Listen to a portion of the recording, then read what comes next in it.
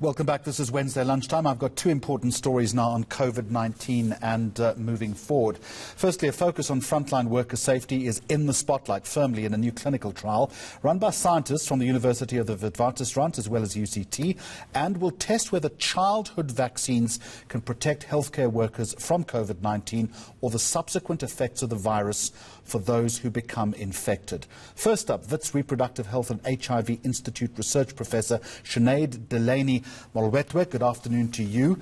You say the MMR vaccine, which contains small amounts of weakened measles and rubella viruses, seems to strengthen the body's immune response to infections in general. Break it down for us then. What does that mean and how important is this trial? Yeah, we're really excited to launch this trial. It will test two ideas. Firstly, we think that vaccines like the MMR, so live vaccines, polio and BCG are other ones, might be able to train the body's immune response to really strengthen its response to infections. And we have some evidence to suggest that it may do that, and so it may be protective against SARS-CoV-2. But also SARS-CoV-2 and measles, mumps and rubella share some proteins in common, and so the antibodies generated by these vaccines may also be able to help the body fight against SARS-CoV-2 and so prevent COVID in healthcare workers. Why is it specifically in the initial phase aimed at frontline workers?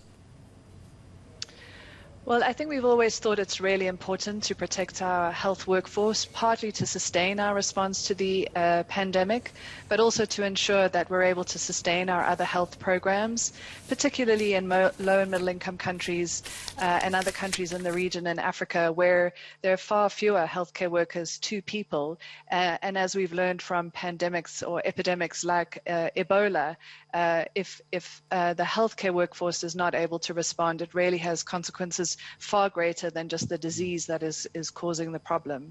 Professor, it's a big trial. What we also believe is that if we're able to if we're able to demonstrate benefit in healthcare workers, we may be able to extend some of these lessons to other frontline workers like taxi drivers or bus drivers or people working in grocery stores. Which was my next question about its wider application. It's a big trial, isn't it? I'm reading 5,000 healthcare workers in several sites across multiple provinces. How's the trial going to work? Yeah, so the trial is being conducted in South Africa, but also in a number of other African countries, including Zimbabwe, Zambia, Uganda, and Ghana, and also in Europe and North America. It's what we're calling a light touch trial, recognizing the need to sort of prevent infection. Healthcare workers are invited to participate in the trial. We have a website, the Crown Coronation website, where healthcare workers can register. And then they go through a screening process. They're able to talk to one of the clinical trialists about the trial, and we confirm that they're eligible. And then there is a in-person contact where we do the vaccine administration. But after that, we follow them up weekly through SMS messaging, and that's for a period of 5 months. If any of the healthcare workers have symptoms, they're given a kit at the time of vaccination where they can self-swab, and then we can arrange with them to collect their samples. And obviously we track them if they do develop COVID so that we can make sure that we know about their health status and that they're linked to care appropriately. Professor, thank you very much for joining us.